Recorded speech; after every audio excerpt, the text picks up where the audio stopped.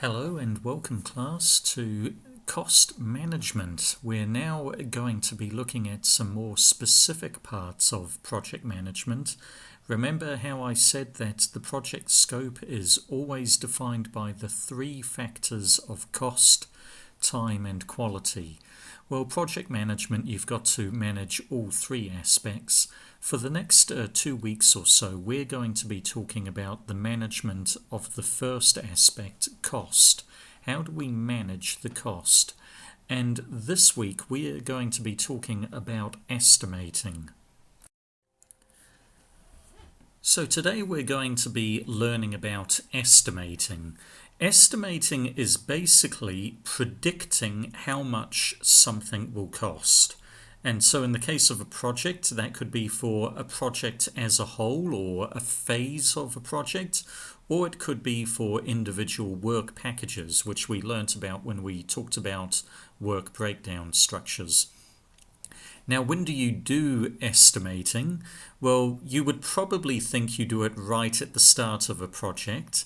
And you're right, you do. You need to do it right at the start. And the reason for that is because you're trying to define the project scope.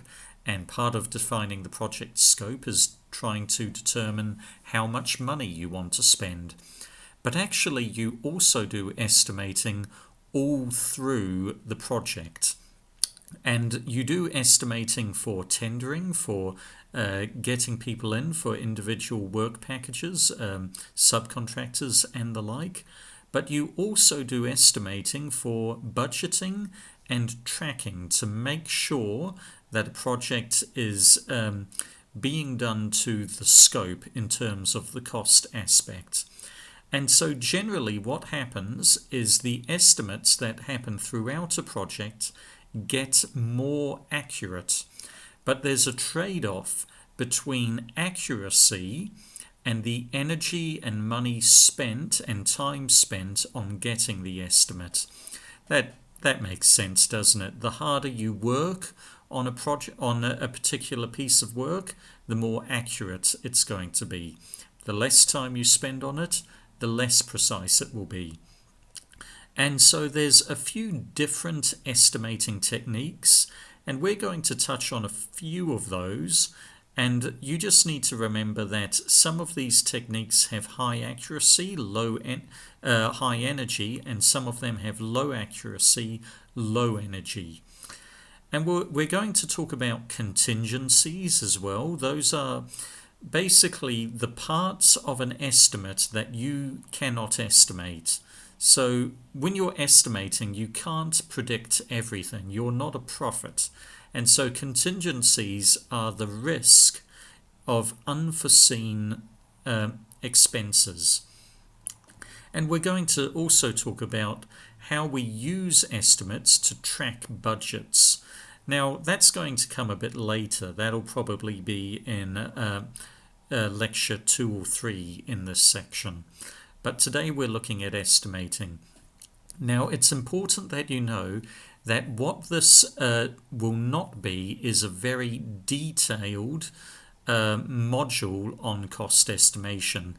You may have realized that in certain other universities in Kurdistan, they have a specialist module for cost estimating.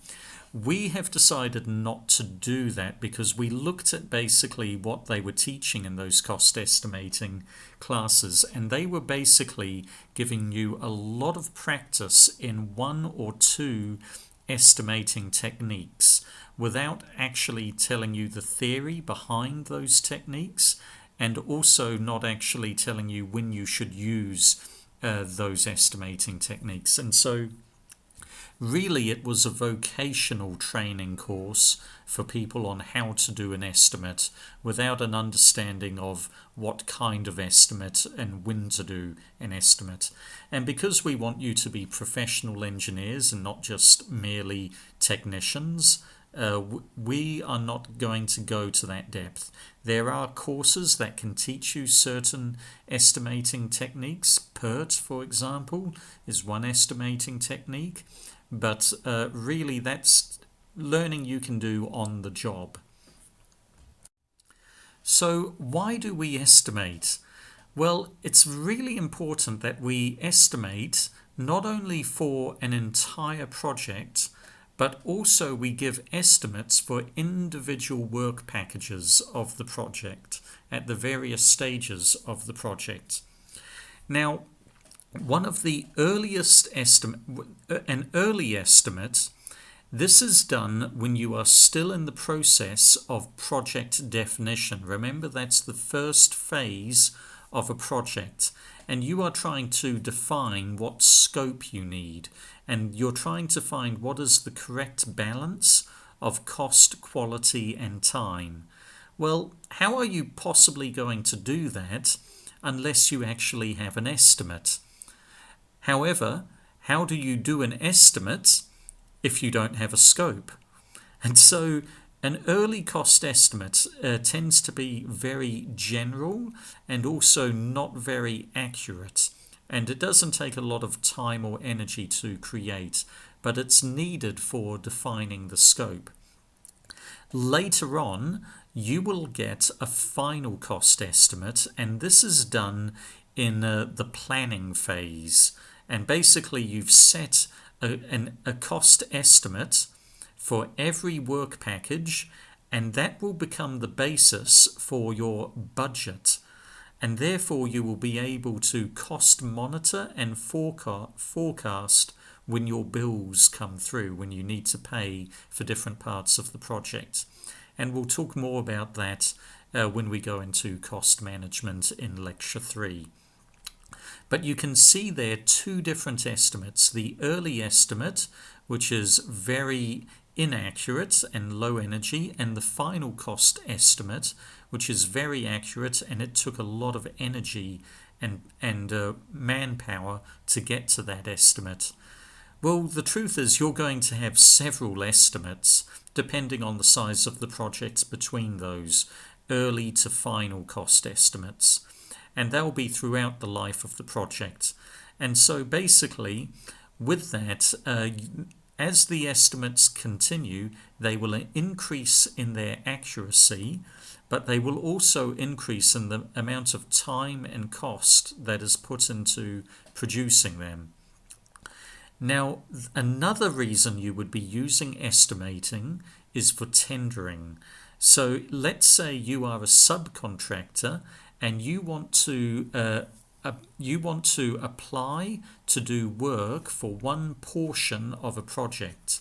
Well, you need to have an estimate of what the cost is for you to do that project. You carry that out, and then you add your profit margin, and then that is the price you offer to do that work for. But you need to have very accurate estimating in order to have a successful tender. The last thing you want to do is to say you will do your part of the project for less money than you actually have to spend in order to do it. In which case you would end up making a loss and not a profit. And so estimating is very important for tendering. So let's talk now about early estimates. These are happening at the very early stage of a project in its life cycle during the project definition phase, when the project scope is still trying to be defined. Now, remember, you're trying to define a project scope according to cost, quality, and time aspects. You're trying to find the best balance between those three aspects to get maximum benefit for all of the stakeholders involved. So this is usually done as part of a feasibility study, a cost-benefit analysis, or an options report. Those three documents often are found in one document. And you need to have some idea of the cost in order to be able to do that. Look at the cost-benefit analysis. What was the first method I taught you to do a cost-benefit analysis? It was the net present value method. And so with the net present value method, in the formula, you need to know what is the capital cost of the project. What is the overall amount of money that you will spend in order to bring the infrastructure to completion? Well, you're not going to be able to do that unless you have some idea of the estimate, but have some idea of the cost. And the only way to do that is to do an early estimate of the cost. But this is the humdinger. You can't do the estimate without having a scope. What are you estimating? What are you trying to work out the cost for? But you can't actually define the scope unless you have a good estimate. How do you know if you want to have 2 lanes on your bridge or 3 on the bridge that goes into Ainkawa over 100-meter road? Well, that will depend on the cost of the extra lane or not. It's really hard to know. And so it's a chicken or the egg scenario. What comes first, the estimate or the scope? Well, you've got to basically estimate as you scope it out. And so there could in fact be several revisions of the early estimate as you slowly define the scope. And so it's very inaccurate because your scope is not even defined as of yet. And the other reason it's really inaccurate is because you have very limited resources in order to carry out the estimate. You can't have a big team of workers working on the estimate because you haven't even got to the project planning stage where you define your work packages. You break it down into a work breakdown structure with clearly defined work packages, and then only after that do you actually form your project team. And so you've got very limited resources as well. You don't have lots of people and you don't have lots of time to do the estimate. And so for these 2 reasons, an early estimate at the project definition stage, we sometimes nickname it a guesstimate because you don't have the time or the energy to do a very detailed and accurate estimate. And a lot of the values you are placing into the different categories for different line items, you're just guessing from your experience. And they can be educated guesses, but they are guesses nonetheless. Now, you've got to realize that all projects have some amount of scope creep. This is where the scope will change ever so slightly or to a large degree throughout the project life cycle. So you planned in the project definition stage that the dam was not going to be painted. But then after about 2-3 years into the project sponsor, the government says, actually, we need to paint the dam in the colour of the Kurdish flag. Well, okay, sure, if that's what the stakeholder wants, but you didn't estimate for that, did you? And so that's an unforeseen cost. As well as that, you have unforeseen costs for risks when things go wrong. What happens when you're building the dam?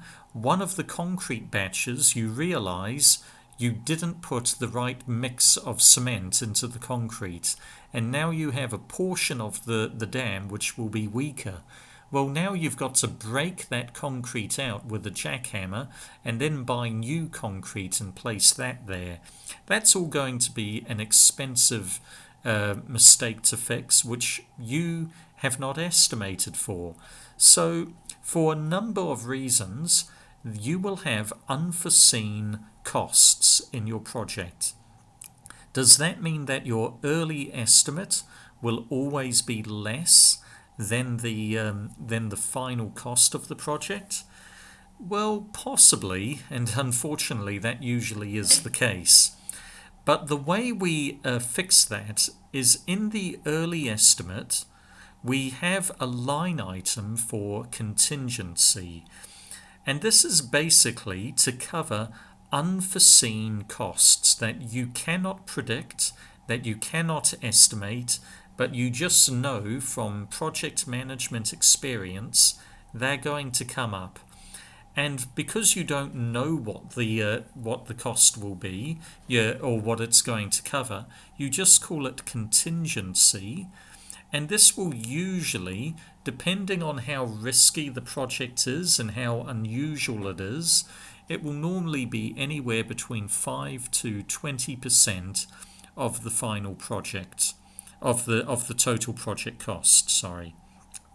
And so you've got to remember to include that in your early estimate, because you need that in order to define the scope and carry out an effective and useful feasibility study to determine if the project is worthwhile doing or not, and also for defining the scope, getting the correct cost, quality and time balance correct to get maximum stakeholder benefit. So, as I said before, an early estimate tends to be a fairly inaccurate estimate because you don't have the scope defined. So the American Authority for Civil Engineering, they actually came up a few years back for different classifications of cost estimate. So remember what I said, you will do several different kinds of you'll do several estimates through the life cycle of a project. And as you go deeper into the project, these estimates will need to get more accurate, and you'll need to spend more time and energy into producing them. Well, one of the ways to help with communication, if a project manager tells you go make an estimate, your immediate thought, because you're a good civil engineer with a good knowledge of project management, you're thinking, what kind of estimate? What sort of accuracy does it need to be? Well, this is a very easy way to communicate. The AACE, the American Authority for Civil Engineering, they've come up for a list of different classes from class 5 to class 1. And basically, you can see there in the second column when you should be doing these different estimates, depending on how defined the project scope is. So at the very early stage, you would be doing a class 5 estimate. And this would be basically for just trying to get the initial idea of a project on paper, and the accuracy level is it's very weak. It could be anything to 50% cheaper than that to 100% more expensive than that class 5 early estimate. A class 4 estimate, this is also a very early estimate, but it's done at the feasibility study where you're trying to do a cost-benefit analysis. At this point, your scope is a little bit more defined. It could be as high as 5%. And so you have a few different options for the project, and it's part of an options report. But that level of accuracy is around negative 30% to 50%. These expected accuracy ranges are compared with what the final cost will be of the project. Class 3, you're getting your scope a little bit more defined now. This is moving out of the definition stage and into the planning stage, and so you're trying to make a budget that you can use to control costs. We'll talk about budget control later when we do cost management. But yeah, that accuracy between negative 20 to 30%. So it's a little bit more accurate there. But still, you can't have that as your final estimate and risk the possibility that it's going to go 30% over your budget. No way. Class 2 gets a bit more accurate still, and the scope is pretty defined now, 30 to 70%, This is really used at a tendering stage often. So when you're tendering for a portion of a project, let's say you're a bricklayer and Taba is building a house and Avan is the principal engineer building the house, but you're a bricklayer and you've got your own business, and you go to Avan and say, can I be a subcontractor and build a small portion of the house? I will do the bricklaying. Well, Avan will say, well, what's your price? Give me a quote. Tendering is basically the process where you submit a quote to do that work, and Avan will either approve it or disapprove it. Now, to make sure that you don't end up losing money, your quote needs to be very accurate. And so this is at around class 1, class 2. And so the accuracy of these quotes, it's normally around minus 10% to 15%. So normally in business, you would have a 20 to 30% profit margin. So that covers that 15%. If it goes over budget, it might be because your estimate wasn't that accurate. It's only going to go over budget by about 15%. So you're still going to have money to pay your workers and so forth. So in tendering, that's probably the most accurate we would get with cost estimating.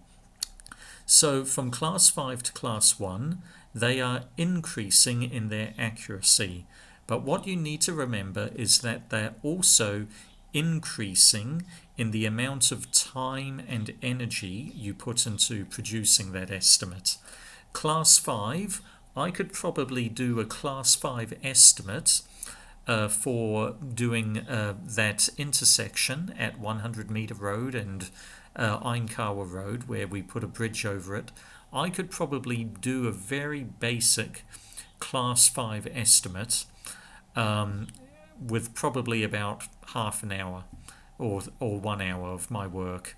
I would basically be looking at previous projects. I would be considering some of the key expenses that that bridge would look. I would look at what similar projects in the past cost, and basically I could make a very rough estimate. To do a detailed class 1 estimate though, where I am a contractor, I work for Hameen Group, let's say, and the design work has been finished for the Ainkawa Bridge, and we want to build it. Well, to tender for that project, for that work, that's going to probably take me several weeks of work, and probably there's going to be a team of maybe 10 of us working on that estimate.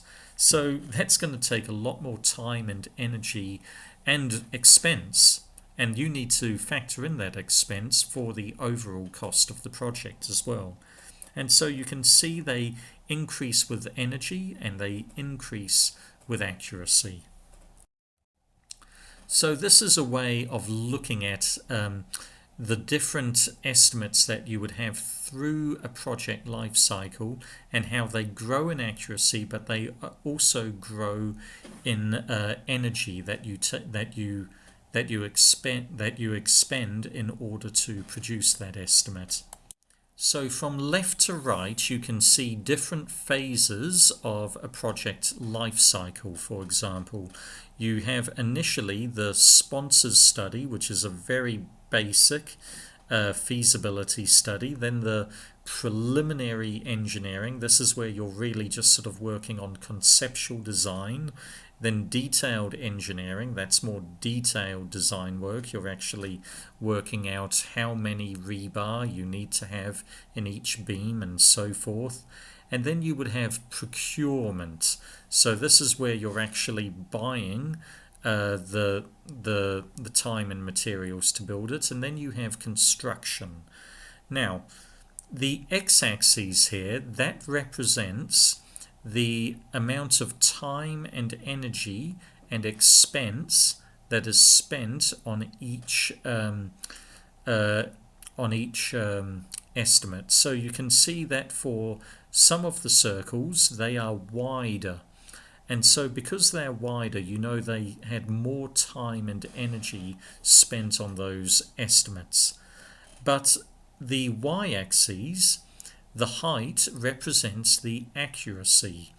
Now there's no units here, this is just a way for you to try and visualize this, but you can see that as you go through the phases, the accuracy of the various estimates becomes a lot more accurate. And so even though you're spending more time and energy on estimating, the accuracy is also increasing. Now, very sadly, it happens far too often. The final cost of a project greatly exceeds the early estimate. So one awful example of that is actually the Scottish Parliament building. That picture on the right, it's a fairly modern building. It was finished in 2004, I believe, and that's where the Scottish Parliament meet. So just as a little bit of background, the United Kingdom is actually one nation, but there's 4 countries in that one nation. It's all a little bit strange. So the United Kingdom is made up of Scotland, England, Wales, and Northern Ireland. And these 4 countries basically operate with one government. They've agreed to work together with just one government, and that government is in London. Now, back in the 1990s, the Scots were talking a lot about how they were thinking they wanted to be independent. And so the deal was, before they could become independent, they needed to build a building to use as a parliament in case they had their own government. And so they decided to build this. And it wasn't to be used. It's not. They do have some semi-autonomy in Scotland, similar to the KRG has from mainland Iraq, but not as much. But you may have heard that back in 2014 there was a referendum, and Scotland, they voted against independence. They said, we do not want to be independent. And one of the main reasons for that was because of how poorly the Scottish politicians project managed the building of the Scottish Parliament building. The initial estimate for this building was meant to be 10 to 14 million pounds. So that's about 15 to 50 million US dollars.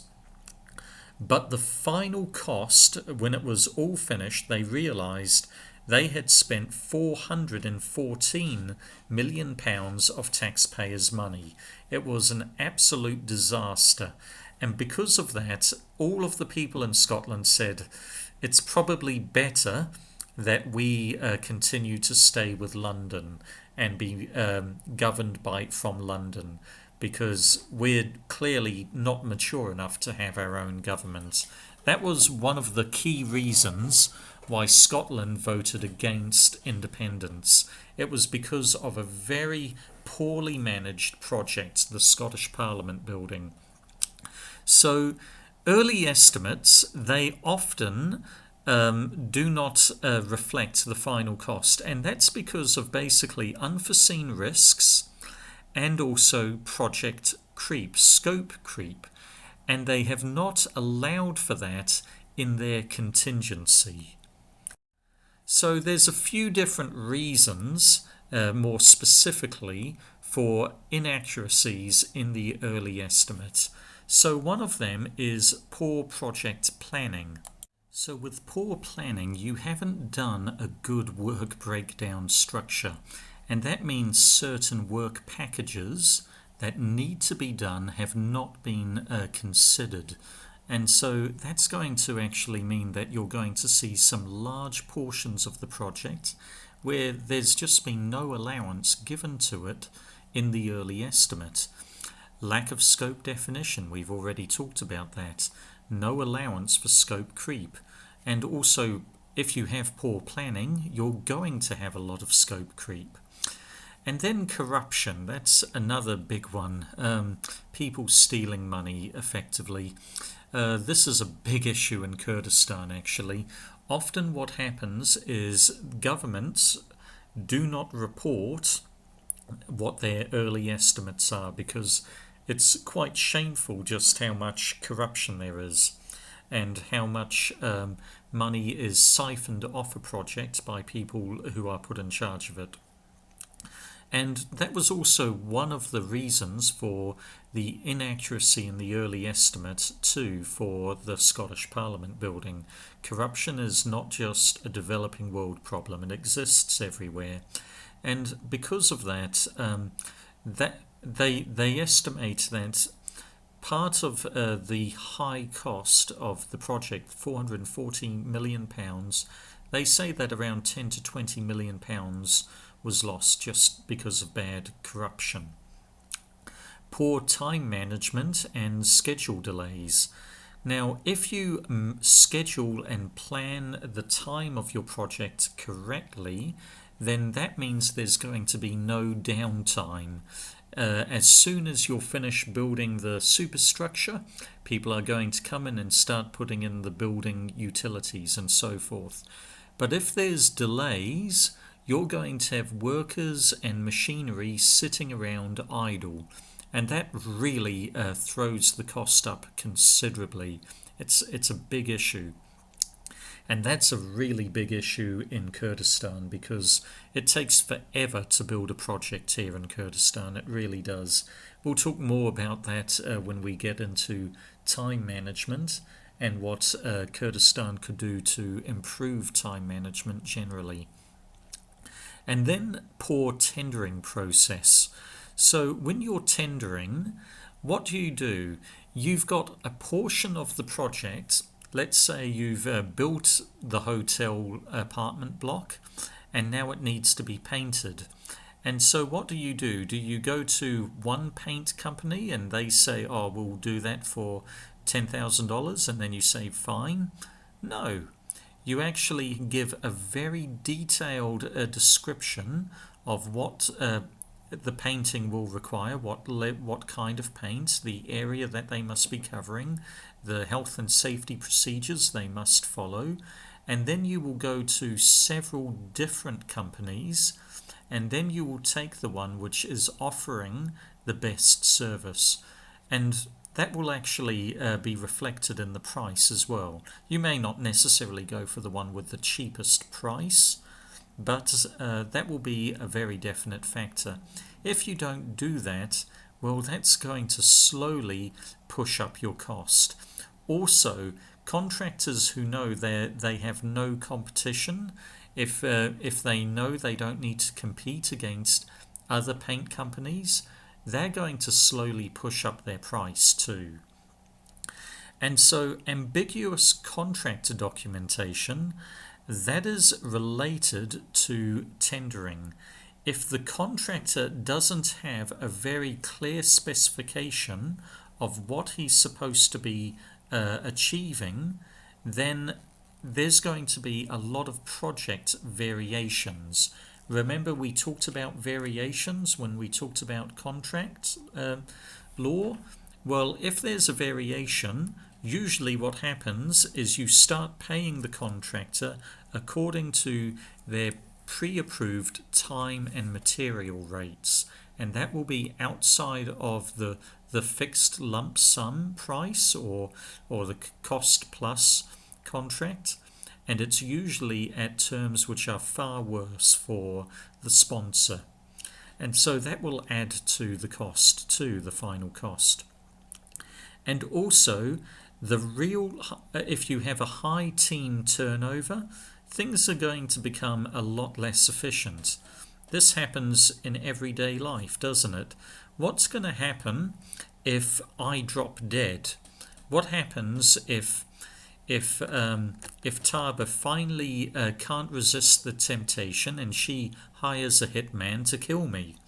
Well, what's going to happen? Well, the next week you're going to have a new teacher. It'll probably be someone from the business school, because there isn't really anyone in the engineering school who has a good understanding on project management. I'm probably the most qualified to teach this.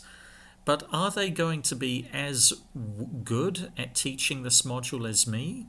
Well, probably eventually, probably better.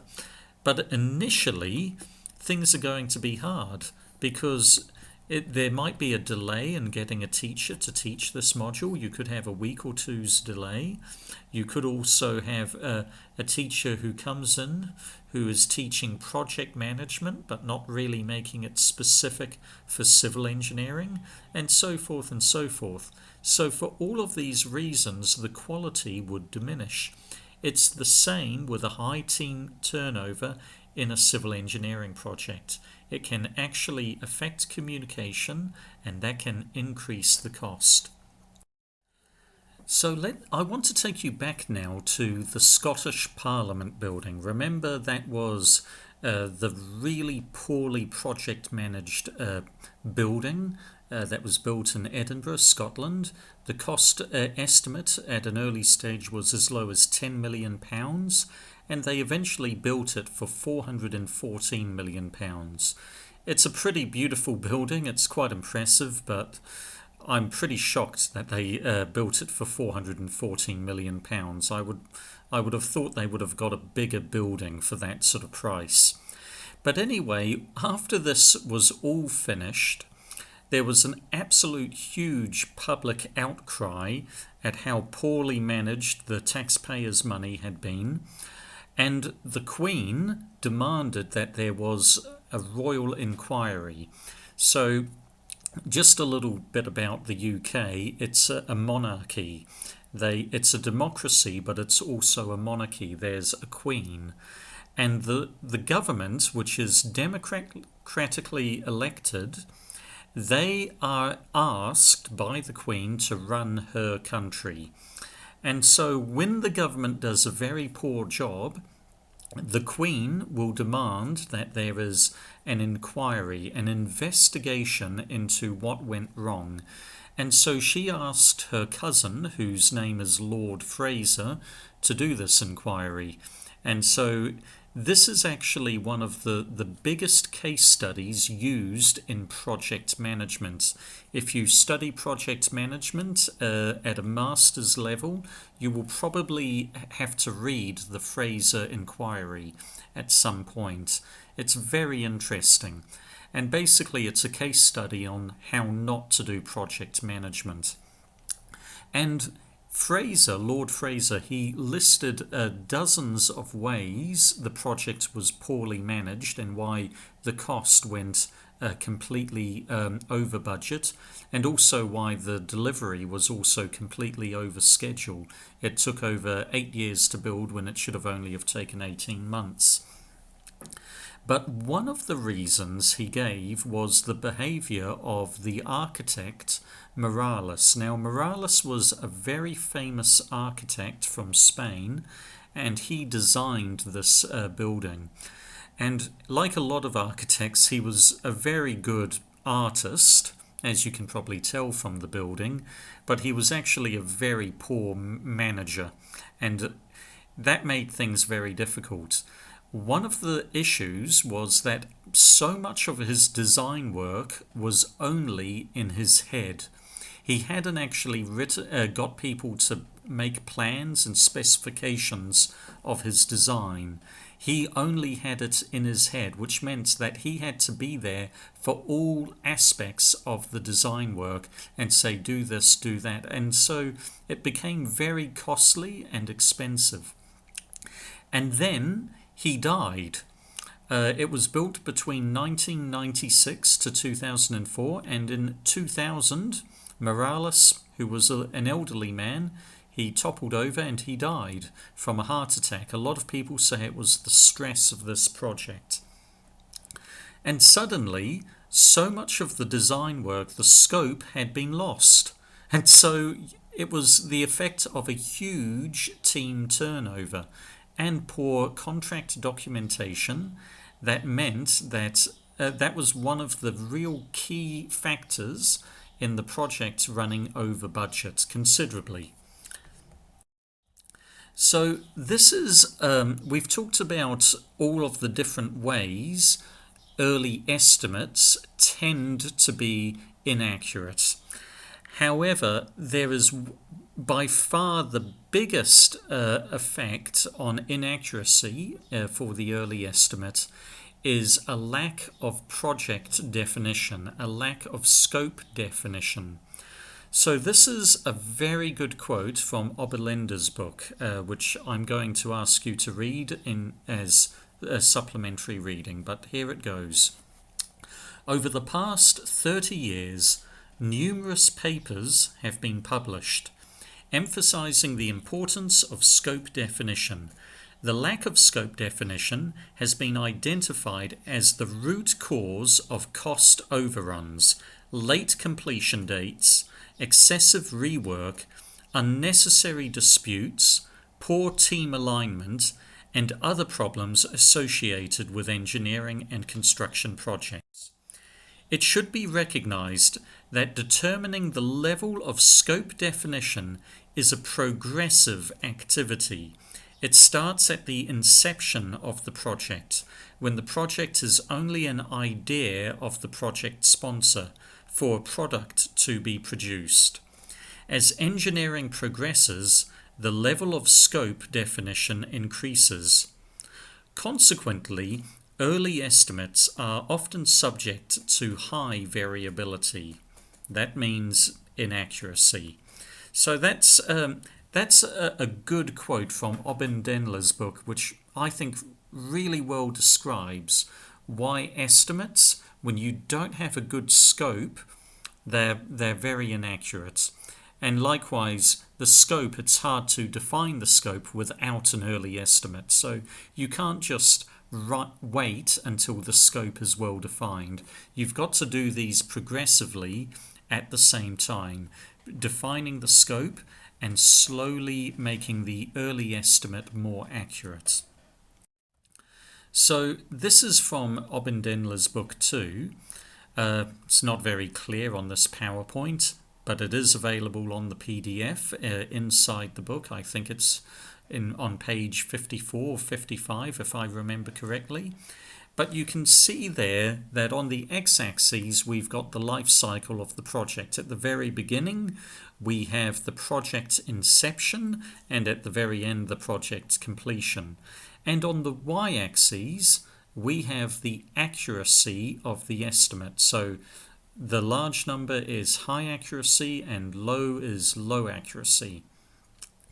And you can see that curved sine wave, that represents the level of scope definition. As the scope becomes more defined, the accuracy of the estimate increases. And at the early stage, where you have a very low level of scope definition, in order to make up for that in the early estimate, and so your early estimate has some accuracy, it's good to have estimators, project management team members who have a lot of experience in estimating, and they understand what are the general costs for various items and so forth. And so the importance of good estimating skill decreases as the scope is more widely defined. And so that's just another way. Again, there's no units. You can't actually measure energy, for example, but it's just a way of graphically showing how estimates, they gradually increase in accuracy as the project continues and as the scope gets more defined. So let's say you are part of an estimating team. You've been asked to estimate part of a project.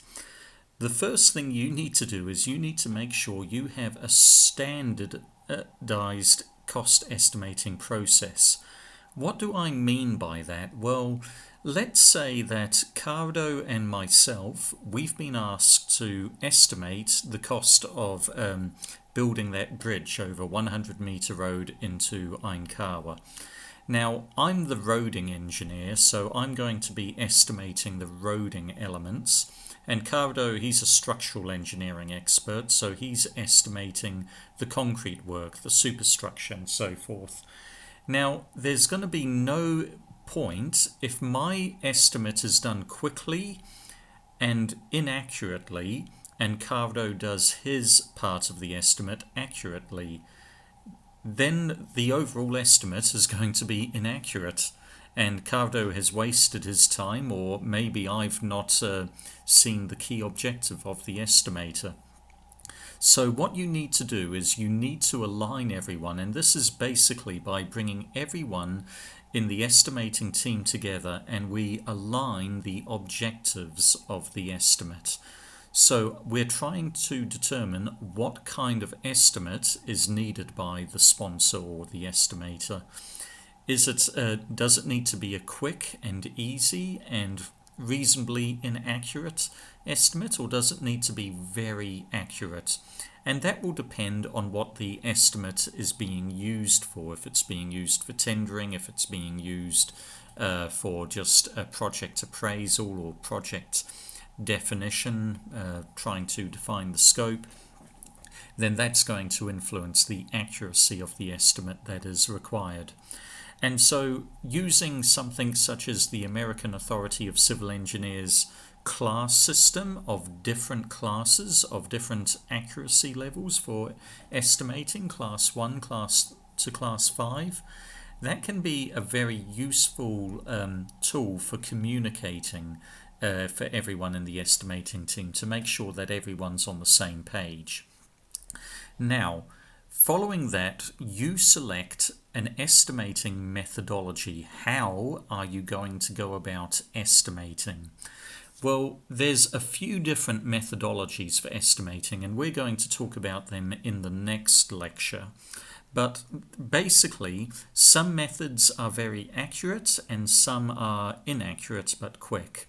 And so you need to find a methodology that reflects the level of accuracy and the amount of resources you have available for the estimate. Now, usually with every estimate methodology, you're going to be using project data. So this could be any information such as quotes for day rates, or the cost of key components of the project, or potentially historical information. What have previous projects that were very similar to this, what did they cost, or what did that portion of the project cost? And so you basically have that from a database, and you can use that as for shaping your estimate. So you need to arrange your estimate into a desired format. Now, it could just be one line saying this project will cost $20 million. Or you will break it down into lots of line items. So you could break it down into maybe 3 or 4 line items. Roading, that'll be $3 million. Superstructure, that'll be $12 million. And then groundworks, that will be $3 million. And I don't know, documentation and permissions, that's $2 million. I don't know. But you need to decide how many line items it needs to be broken down into. Now, generally, the more line items you have, then the more accurate the estimate will be. But of course, that's going to take more energy to create the estimate. And I can tell you now that line items, they can number into the thousands for big civil engineering projects. You need to document, and you need to have good documentation of your estimate. So this means you can go back and review it and revise it if necessary. But it's also very important for communication, so that people don't use this estimate for something that it shouldn't be used for. If you've made an inaccurate estimate for an early estimate for project scope definition, then you can't use that estimate for tendering, let's say. And so you've got to be able to communicate what are the accuracy margins for the estimate and what the estimate its intended uses. And normally estimating, it's never done by one person, it's done by several people in a team, and there's lots of reviewing and checking and revising of the estimate. And when you've completed the estimate, you use the data from that estimate that you've gained to update your historical cost database. So how much does it cost for diggers? How much does it cost for workmen? How much does it cost for concrete and so forth? And that database can then be used for improving other project estimates in the future for similar projects. So this is just from Ben Denler's book. And you can see there that basically from left to right, initially you're trying to make your estimate, and you're doing this by looking at the scope of work as detailed as you have at that stage, and feeding in from the top and bottom. You have a historical cost database. So this is costs for different line items for each for similar projects, and established standards. So what are standards? Well, it's just standard that fuel is always going to cost you this much per litre. It's standard that to hire a professional engineer, well, usually for a mid-level engineer, then the fee will be $4,000 a month. That's his wage, and so forth and so forth. You start preparing the estimate using that. You can document your estimate, and then you will have two reviews. The first one will be an internal review within the estimating team, where Cardo will say to Alan, "Get real, Alan, you're never going to be able to hire a digger for $25 an hour. That needs to go up to $70 an hour.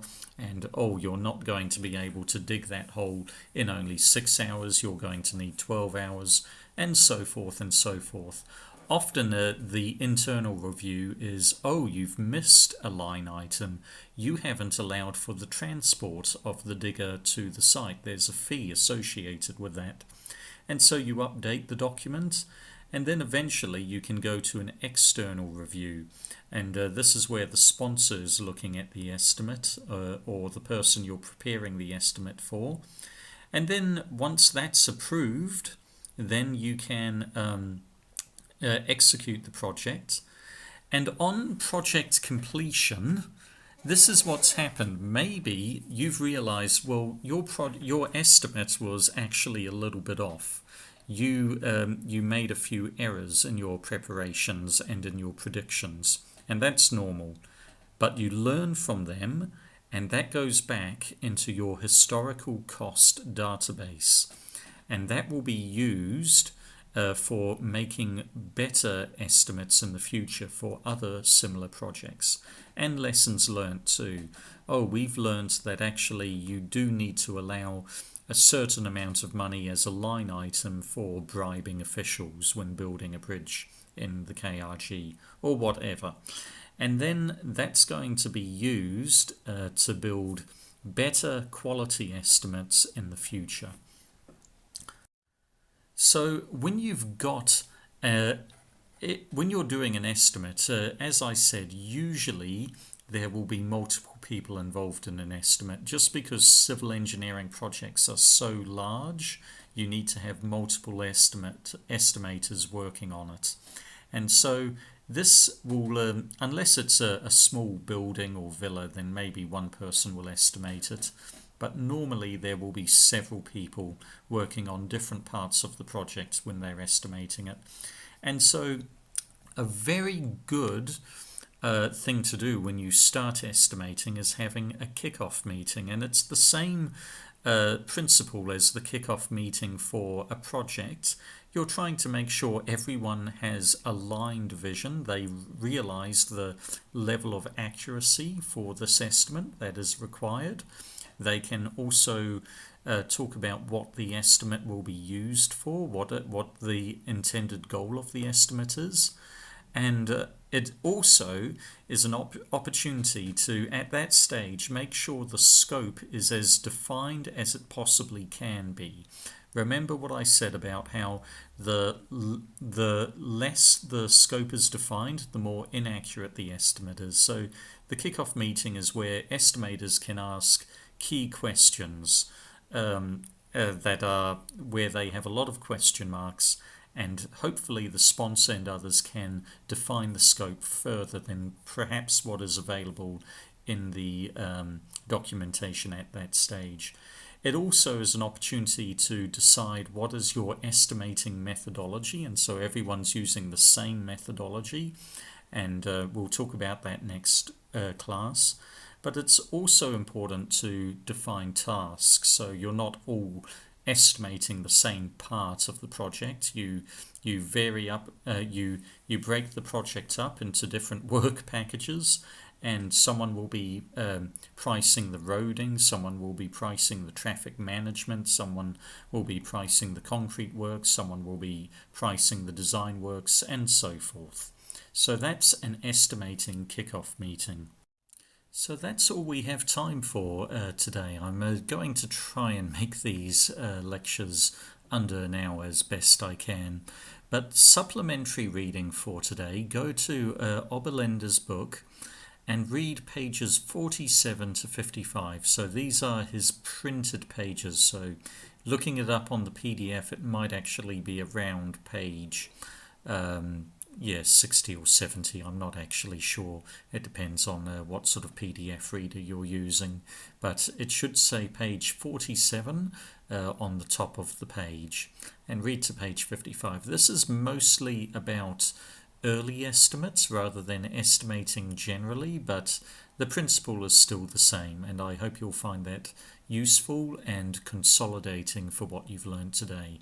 If you have any questions, speak to me either by email or give me a phone call, or you can wait until we have our Zoom tutorial on Tuesday.